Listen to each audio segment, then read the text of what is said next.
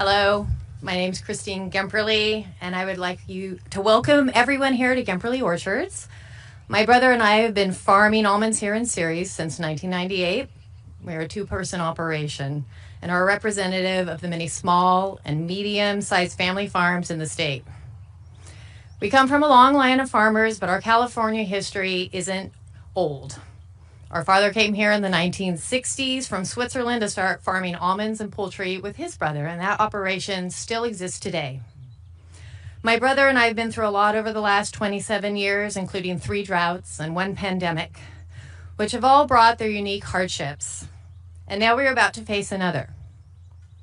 As many know, we are lucky enough to live in one of the few places on this planet that have the perfect climate, soils, and water infrastructure to support growing a highly nutritious crop, almonds. Because they can only be grown in a few places, global markets rely on us to provide almonds and we rely on their consumption. But tariffs have the ability to disrupt those relationships, and that have been built, some over decades. We rely on those same global markets to supply us with materials we need to build farm equipment, irrigation systems, and fertilize fields. Will we be able to access what we need to grow our crops? And if so, will we even be able to afford it? Because seasons determine when crops are planted and harvested, we do not have the luxury to wait years for factories to be built or supply chains to grow. Regardless of all the scientific and engineering advances, farming is still hard work. And the weather makes every year a gamble. The last thing we need is more uncertainty and not knowing whether we can ride this one out. With that, I'd like to thank Governor Newsom for being here today, and I would like to introduce Chris Murphy from Sierra Pacific Warehouse Group. Thanks, guys, for being here. Hi, Chris Murphy, Sierra Pacific Warehouse Group. I'm the CEO. We are a family business, Central California, our 3rd generation, with our 4th just recently born.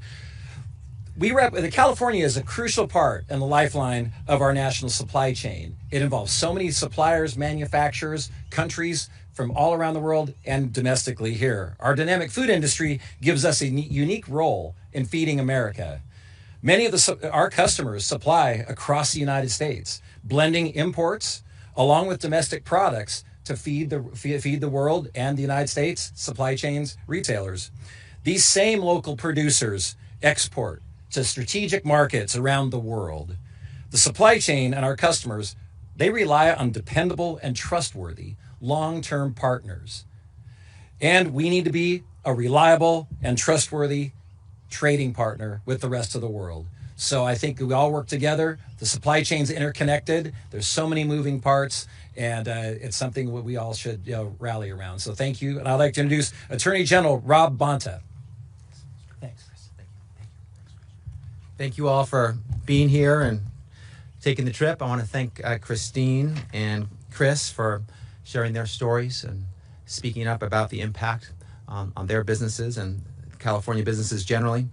Rob Bonta, California Attorney General. And we're here because President Trump's rogue and erratic tariffs are wreaking havoc on our nation's financial systems and causing uniquely immense harm to California's economy, the 5th largest economy in the world and a major driver of our national economy. Together with Governor Newsom, I'm filing our 14th lawsuit against the president in less than 14 weeks. This one challenging the tariffs he unlawfully imposed under the International Emergency Economic Powers Act. We're asking the court to rein in the president, restore to our economy, and uphold the Constitution. The president is yet again acting as if he's above the law. He isn't.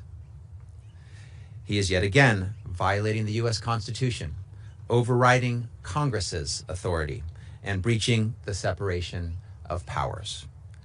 It's simple. Trump does not have the authority to impose these tariffs. He must be stopped. Before I get into the nitty-gritty, I want to express my great appreciation to Governor Newsom and his team for their leadership on this issue and many issues, and their partnership and collaboration with us on this case. We're proud to work with them, as always. And I want to recognize my team at the Department of Justice, especially the individuals in the government law section who worked tirelessly to make this lawsuit possible. It's an honor to work alongside so many dedicated public servants, both at the DOJ and in the governor's office. The gravity and instability of the situation at hand cannot be overstated. The risk to California, to our businesses, our workers, our families, cannot be overstated. As of April 2nd, Trump has imposed tariffs on every single one of the U.S.'s trade partners, sending shockwaves around the globe. On average, the tariffs are more than 22%, the highest in more than a century. For some trade partners, the tariffs are much steeper. Tariffs on our neighbors, Mexico and Canada, are 25% for more than half of goods. Canada has responded with a 25% retaliatory tariff, including on fresh produce and wine from California. The tariffs on China are now at an astronomical 145%. In response, China has retaliated with a 125% tariff on U.S. goods, including on California nuts and dairy products. Just 2 days after Trump announced his most sweeping tariffs, the U.S. stock market suffered the largest two-day loss in history. One analysis projects that the tariffs will make the U.S. economy, quote, permanently smaller by $100 billion annually, end quote. And another found that Trump's tariffs will cost the average American household $2,100 per year. Nothing resembling Trump's campaign promises to fix the economy and make life more affordable for Californians and for Americans.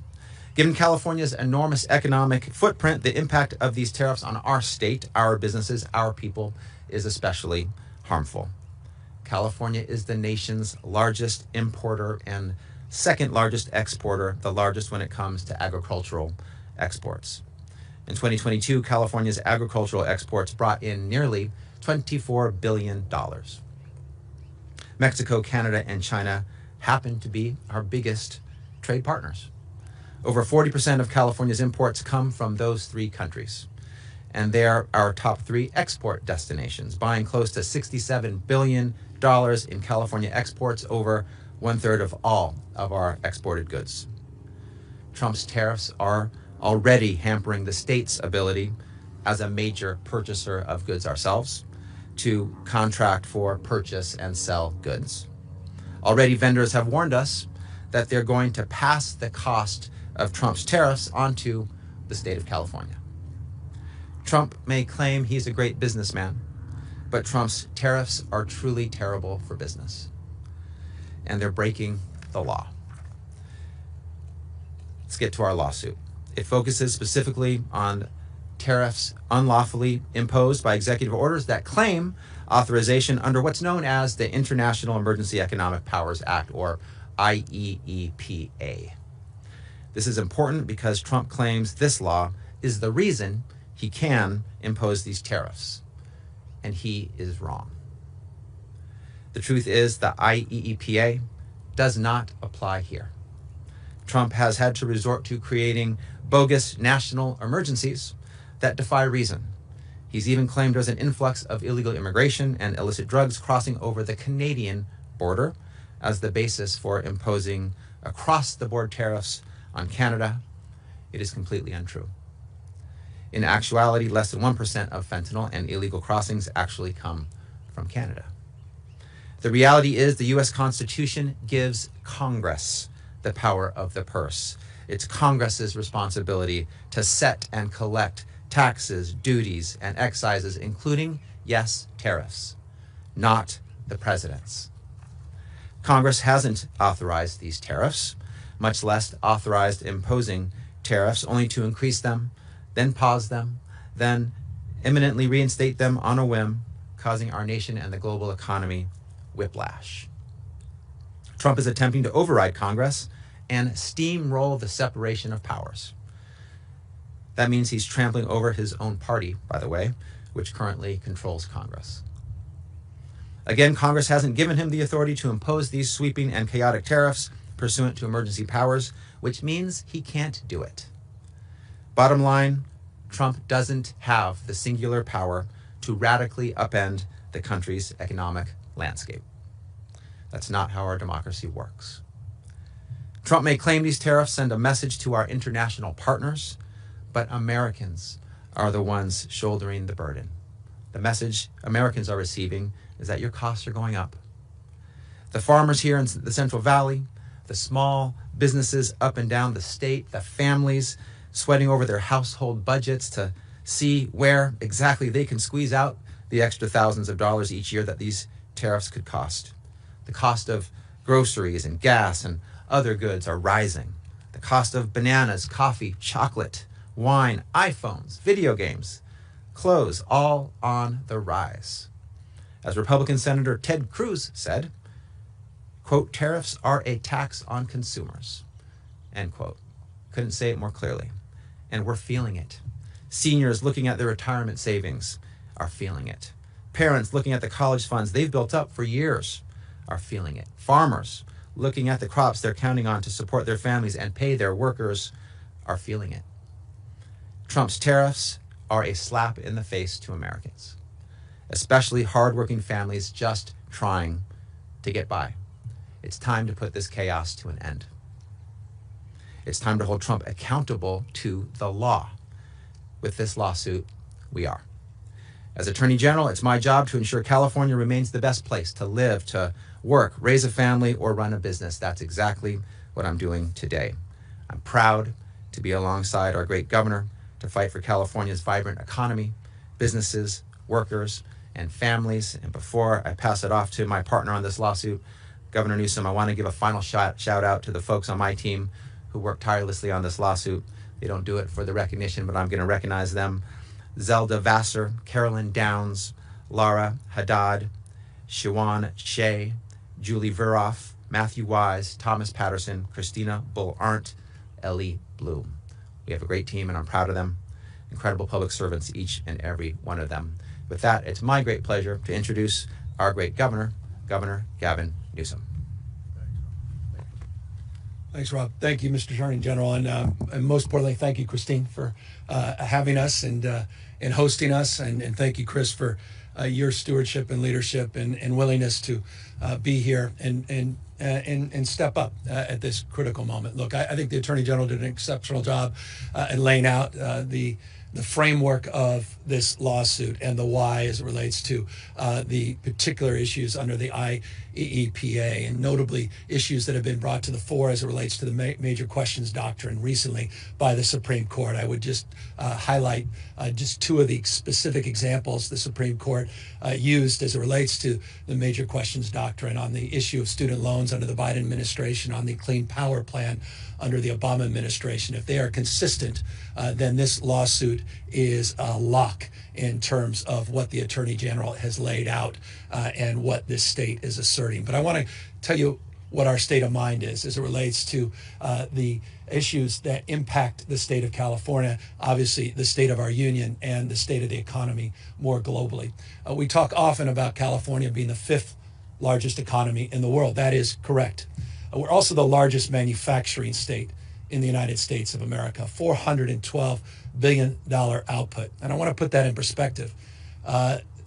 Texas is 41% smaller. It's a 41% larger share of manufacturing output just here in the great state of California. It puts in perspective something that often isn't communicated, I think, as effectively as it should be. By the way, the United States is the second largest manufacturer in the world, which is also something that I think is important to highlight. So the manufacturing footprint in this state is disproportionately impacted by the tariffs, disproportionate to any other state in the nation. Of course, we talk about the fifth largest economy in the world. Let's put that in perspective. We're 14% of the U.S. GDP. That is 50% higher than the next state. No other state will be more impacted by the impacts of this, as Christine said, uncertainty that is best described as toxic uncertainty because of these tariffs. Let me underscore that with more consideration and context to where we are. We are also the largest hunting, fishing, agriculture, and forestry state in this nation, 150% larger than the next state, Texas. When folks talk to us about the impacts, regional impacts of rural economies, you're talking about California. You're not just talking about the Midwest and places like Texas. You're talking about our state, the state of California. Almonds you see around us, export dependent. Pistachios, export dependent. Dairy, export dependent. In fact, 43% of almonds and pistachios and dairy are export dependent in the state of California. Few industries will be hammered more than the toxic uncertainty of these Trump tariffs. The impacts, what more evidence do you need? Check your 401k. Check your portfolio. If it includes NVIDIA, you should check it right now. NVIDIA, the great California company, one highlighted by this same Trump administration over the course of the last 24 to 48 hours, just got hit today with a $5.5 billion charge.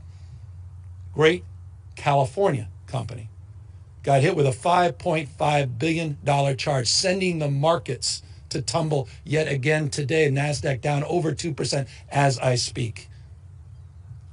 The uncertainty is pronounced and it is profound in the state of California. Consider just the imports coming from Mexico, Canada, and China.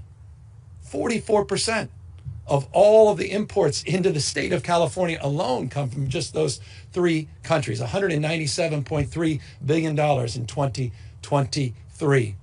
The impacts of these tariffs, particularly on those three countries, disproportionately impact the state of California. Across the spectrum, the impacts are off the charts. We talk about regional disparities. The impact in counties like this, counties like Kern, rural parts of the state will be outsized. It's not just the coast and technology. Think about the impacts already in the mega region of Baja and San Diego. Chris, you were talking about the integration of supply chains and a deeper appreciation and understanding that decades and decades forming a relationship, building trust, manufacturing, one side of the border, assembling on the other side of the border. You think about the impacts, the automobile industry, electronics, aerospace, in our state alone, disproportionate impacts. So California, why California? Well, that's why. No state is poised to lose more than the state of California. So that's our state of mind. And that's why we're asserting ourselves on behalf of 40 million Americans. And I imagine if you caucus those 40 million Americans, you'd find few, I don't care where they were in the last election, that are celebrating this uncertainty, that are celebrating the largest tax increase in modern U.S. history. In essence, a sales tax. In essence, a sales tax, a regressive sales tax that hurts working folks, that hurts poor folks, that hurts hardworking folks like Christine and those that Chris represents disproportionately. This is recklessness at another level. The geopolitical impacts are outsized. The trade impacts are outsized, not just the economic. That's why we were up in Canada making a case anew to try to encourage Canadians. What the hell do we have on the Canadians? Mocking people in another country, one of our great partners? Talking about being a 51st state? The fact that we had to invest in advertising up in Canada to encourage people to come to the great state of California, where 2 million Canadians visited last year, is a sign of the times, a testament to the moment we're living in. We're 2,000 miles away from Washington, D.C. We're a world away from the values that are emanating out of the White House. Again, that's why we're here. That's why we are asserting ourselves. I can't imagine anything more unifying for a state at this moment than stepping up as we're stepping up here today on this critical issue. So I just, again, want to thank the Attorney General, who's not been timid. He mentioned 14 lawsuits. We overall have 15 when you had the one he wasn't directly involved in. I want to thank him, and I want to thank the legislature.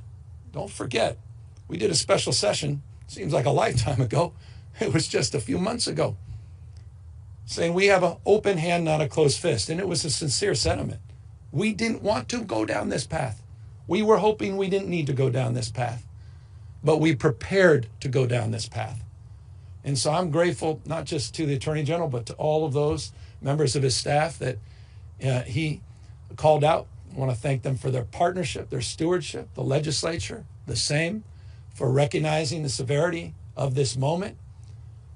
We talk about on goals. We talk about, stupidity. This needs to be updated in the next Wikipedia or the next encyclopedia as a poster child for that. It's a serious and sober moment.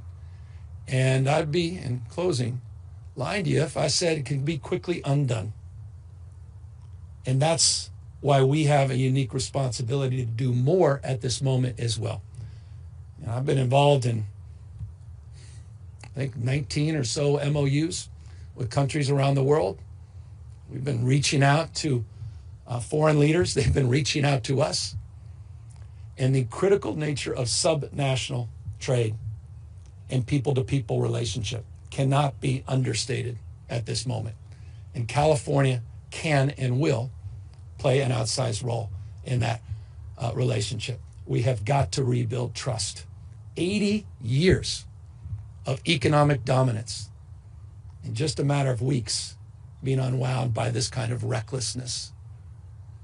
And so we are here very mindful of the anxiety that this has imposed on all of you, and very mindful of our role and responsibility at this moment, not to be bystanders, and try to shape this debate and shape this conversation. And this lawsuit is a meaningful and justifiable effort to do just that, to be accountable at this critical moment in not just California history, but American and world history. With that, we're here to answer any questions. Well, how can you not be? I've got 4 kids. 80% of their toys under their Christmas tree come from China. I've got family members living paycheck to paycheck. Many family members. My mom, who passed away years and years ago, was one of them. I mean, no rationale, no plan, no conscience to what it's doing to real people, no consideration of congressional responsibility. Where the hell is Congress? Where the hell is Speaker Johnson? Do your job. They're sitting there passively as this guy wrecks the economy of the United States of America, which has dominated the global economy. Don't take my word for it. The Wall Street Journal. We are the envy to the world. And overnight, a wrecking ball to America's reputation, our role, and our relationship. And so I'm angry as a parent, as a taxpayer, as someone who has a retirement account that didn't come from wealth, no trust funds in my family. Worked hard all my life. A guy who has businesses. I know I'm blind trust. And I trust you can appreciate that I won't try to cross the line on that. But as someone who's built a business that also is export dependent, some of them, industries like ag that I'm involved in, I have a unique understanding. It's not an academic understanding of the stress that folks are going through. And so it connects on every level. And so I'm angry about this. Governor, you've been very reticent to embrace, we talked about Trump-proofing. You famously hated that phrase. Well, you used it, I didn't. That's why. Can you talk about, kind of why you're embracing this moment to be more aggressive against the Trump? I mean, it's... It's been 2 weeks since the tariffs took effect. Why now? Because for the last few weeks we've been absorbing the impacts. We've been looking at the law. We've been coordinating and collaborating with our Attorney General We've been talking to other states, and we're the first mover. And that's what California does. Every one of the lawsuits that have been mentioned, we have been part of. We're funding. We're working in collaboration and partnership. So why now? Well, that's pretty consistent with past practice. And you may recall we were involved in 122 lawsuits against the Trump administration and Trump 1.0. Had this the 15, it's 137. There's no more, I think, assertive state in our union that's standing up for the state of this union than the state of California. Mr. Governor, I'm wondering if you could talk a little bit more about the response you've gotten from those working leaders that you asked to stare California. Well, we have great relationships, not good relationships, great relationships. You've seen, they've shared, not just me, some of the recent meetings we've had with the ambassador to Germany, ambassador to UK, to the premier just 48 hours ago, the premier of British Columbia. Those are just 3 recent examples. That doesn't even include all the other private conversations I've had that we're respecting the privacy. All the outreach, the MOUs that people are looking to see if we can update the relationships they're trying to maintain. And the imperative, they want to know that we're a stable partner. They want to know we're not going to turn their back as this administration's turned their back on our allies. And they want to know that we're going to continue to have their back as it relates to addressing the anxiety and uncertainty, particularly as it relates to their making a case. And I find this interesting. Making a case that we don't even need to make, but they're making, that California is not this administration in terms of policy in context of retaliatory tariffs. Now, I have no authority in terms of international trade. I recognize the limitations. That said, through the governor's office of business, we created an international arm. We've been very proactive, very aggressive. Lieutenant governor has been a leader and point person in that respect. And so we're building on that work, and we're building on those relationships. And we have lined up many, many subsequent meetings. And I think the Visit California announcement we made 48 hours ago is indicative of the kind of proactive work we'll be doing to reach out to our trading partners and make the case that California has their back, and we want them back visiting the state. We want them continuing to trade with the state. We want to continue to maintain our dominance. By the way, I haven't even brought up the port of LA, the port of Long Beach, and the fact that 40% of the goods movement in this country comes through those 2 ports. I haven't even brought up the pizza shops and the coffee shops that are disproportionately dependent on that trade every single day. I mean, this is not even complicated.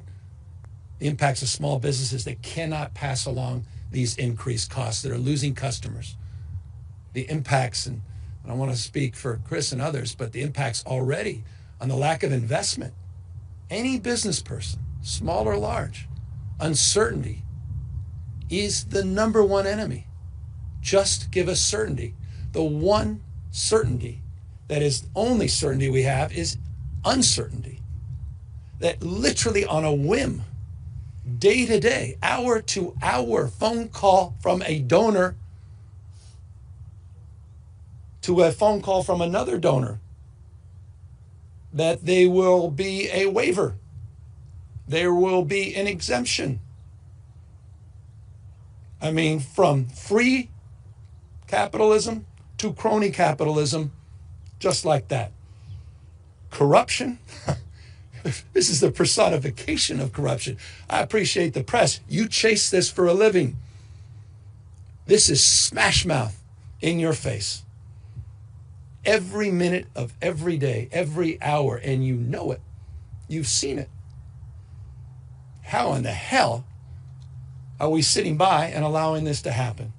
So again, that's the why, and that's what we are pushing back against in this lawsuit. Mr. Governor, thanks for taking the time. Thanks, Attorney General and Christine and Chris for hosting us. 2 quick questions. Number 1, have you spoken to the president about this? And number 2, forgive me, it's unrelated, from Front for Channel 4 News in the Bay Area. Do you have any reactions to the Benicia refinery announcing their, refinery? Yeah, Valero. Just briefly on that, respecting the importance of that question. under our special session, the first special session bill we advanced, there was a requirement to give notification as relates to any augmentation to operations or closures for refineries in the state of California. Pursuant to that, we were given notification this morning, late last night, early this morning, made official, and we have a year to now address that issue. And I can assure you, beginning last night, we had all hands, and we're in the process of addressing any anxiety that may be created or any market disruption that may be created by that announcement. But we have time pursuant to that special session to mark some progress. And already this morning, first thing this morning, our teams are assembling to advance that progress in concert and partnership with the legislature. On your first question, perhaps you can advance that. Yes, have you spoken to President Donald? I haven't spoken to him directly, but we reached out to the White House to give them heads up. Governor, my name is Anahita Jafari. I'm a reporter with KCRA 3 News. Last month, we reported how you sent bat phones to the CEOs of the largest companies headquartered. Were they bat phones?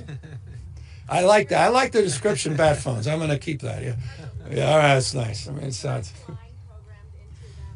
Had those CEOs discussed tariffs with you now for this new line of communication? Yeah. Well, it's interesting. I mean, all of them. There's not one that has expressed anything differently. All of them have brought the issue of tariffs up and uncertainty. Can you say who you've been talking to? No.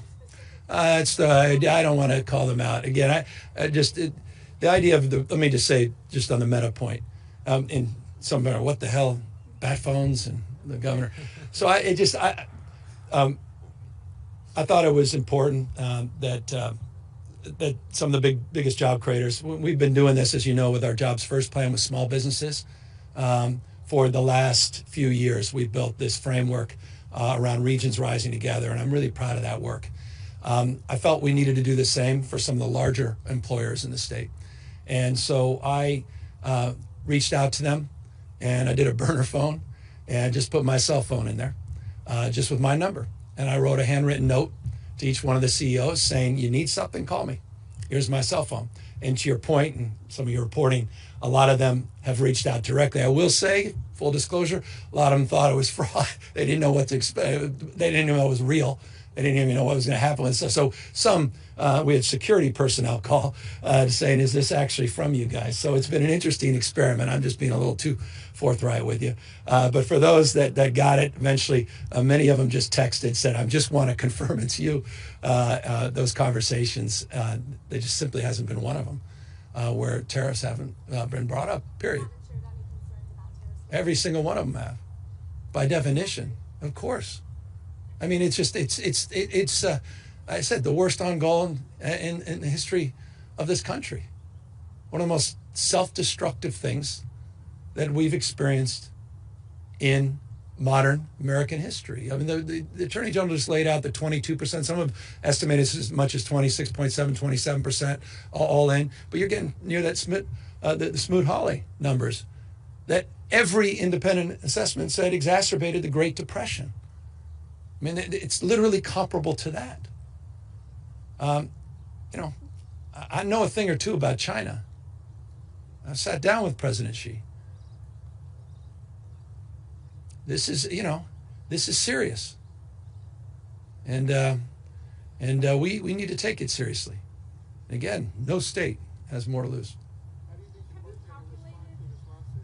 I'm sorry? How do you think the court's going to respond to this lawsuit? Well, I got my attorney here. We bring lawsuits when we think we're going to win. We've done that in the other 13 lawsuits up to this point.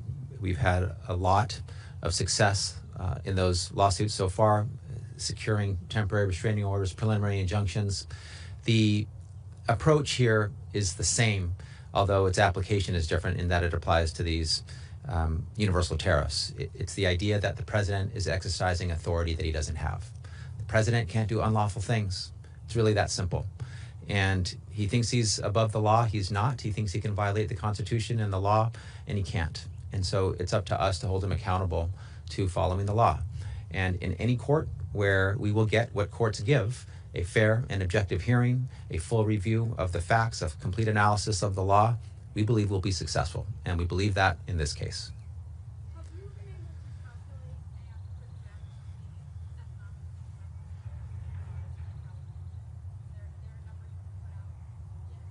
me give you some proof points just to start, just for the process considering. Just think about the procurement in the state of California, meaning the state buys goods and services. IT. We buy over $10 billion a year in IT and other non-IT goods. The tariffs, by definition, have already had an impact on the cost of those goods. So that's a direct economic impact.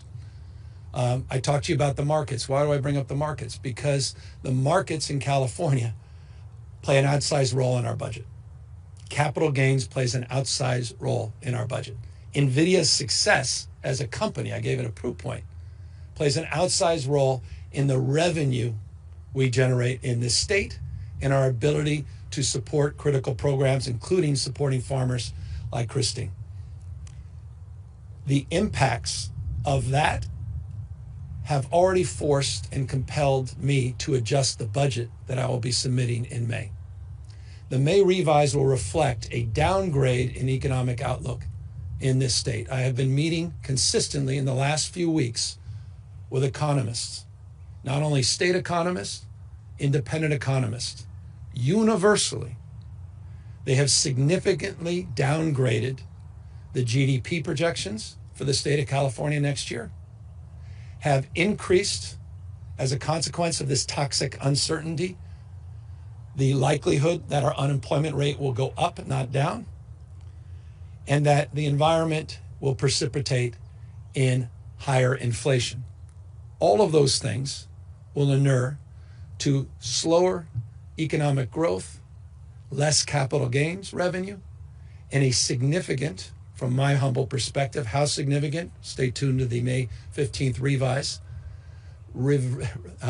change in our projections as it relates to revenue collection and an adjustment into our baseline spending in order to submit, as I'm constitutionally required, a balanced budget. So the impacts on the budget of this state are already being felt, and the full impacts have yet to be fully felt. Sorry. One second, just Push for tariff exemptions on almond growers, especially in Stanislaus County, which makes up 18% of the state's almond value, and also a county that is largely backed Trump. Why do you think the president will not budge on this? Well, look, I want to give the president his due in this respect. I'm old enough to remember in the 1980s, I think it was a full-page ad that President Trump, at the time Donald Trump, businessman, put out complaining about trade policy in the United States vis-a-vis Japan. He's been very consistent on this issue for decades and decades. I give him his due in that respect. You saw in the first administration, I talk about crony capitalism. I didn't say that lightly. That comes from the basis of an independent analysis of waivers that were provided in the first Trump administration and how they were directly connected to donors to the Republican Party. He's been consistent for years and years.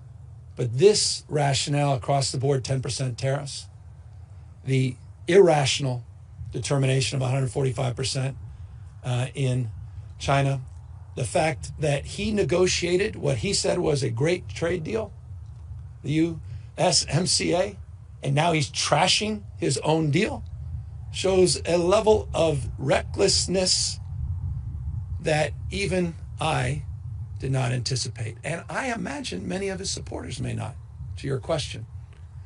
I'm here because I come here often. I'm here because I have a responsibility to support people like Christine and those that Chris represents.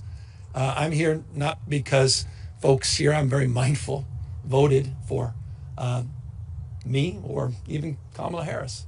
I'm here because they matter and we care. And I'm here because they're disproportionately going to be hurt by this, by the guy that's betrayed them. Donald Trump is betraying the people of the Central Valley.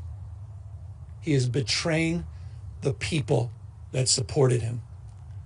Donald Trump has turned their back, his back, on his supporters. We will not turn our back on those that supported Donald Trump. We will have their back. That's why I'm back in the Central Valley. Some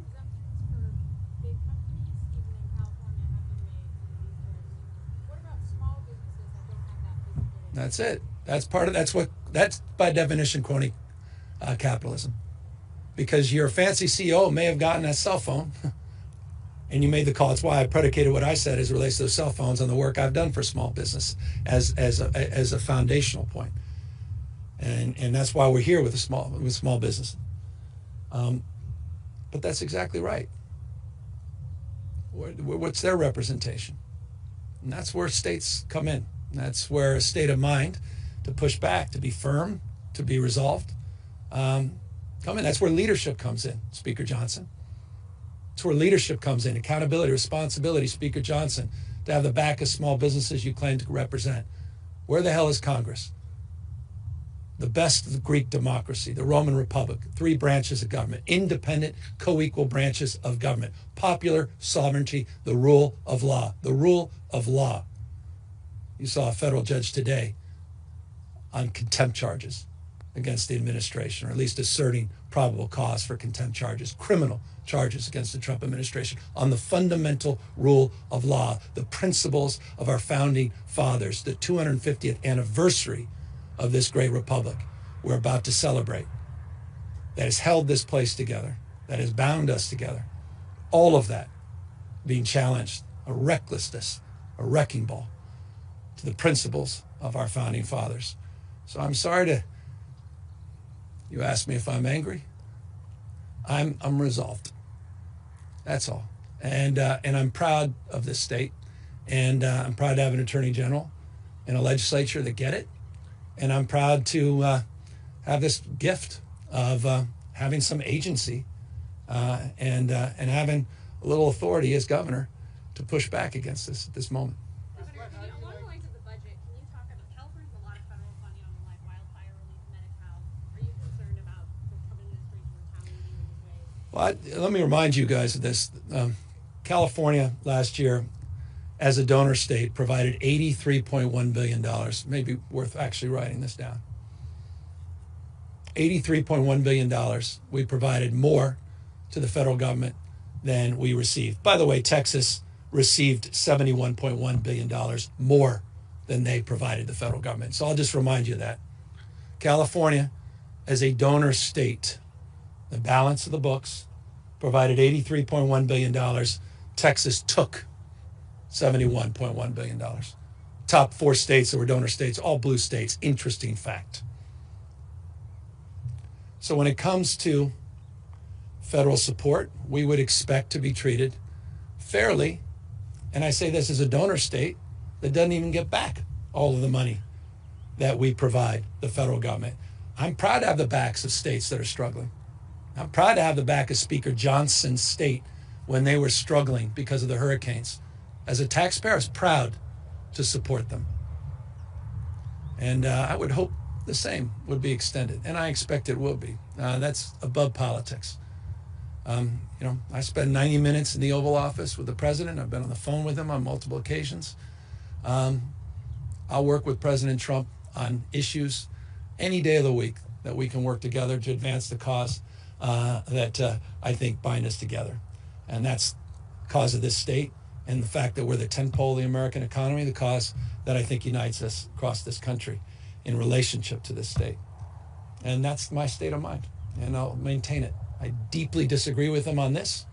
I think the overwhelming majority of Americans agree with our position and disagree with his. And I hope they also would find it in their hearts to support those in need, American citizens that happen to live in the state of California as it relates to the recovery efforts in Los Angeles. And one last point, 75% of the lumber that the United States imports comes from Canada. I'll repeat that, 75% of the lumber that we import comes from Canada. The cost of rebuilding have already been impacted by these tariffs in Southern California. The cost of housing has gone up. The cost of the recovery has gone up.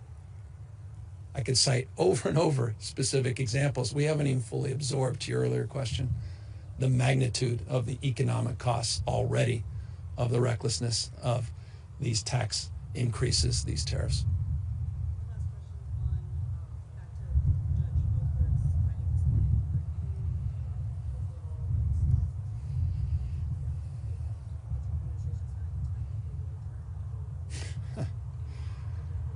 Yeah, it's a this is the distraction of the day, the art of distraction. Don't get distracted by distractions, we say, and here we zig and zag. This is the debate they want. This is their 80-20 issue as they've described it. Those that believe in the rule of law defending it, but it's a tough case because people are they defending MS-13? Are they defending, someone who's out of sight, out of mind in El Salvador? I mean, we're perfect sheep. So I want to answer your question. I don't know I add much value answering it. I mean, are you kidding me? Come on. I remember I saw some pundit the other day say, I remember that Newsom guy when he did gay marriage in 2004.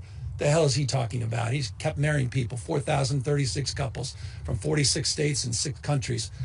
What about the rule of law? Well, maybe they forgot. The judges said there was no irreparable harm. And when the judges, the California Supreme Court, said we should stop, we stopped immediately. It wasn't even in question. When a judge adjudicates, it's not in question. How in the hell are we even debating that? It's Orwellian that you're debating that.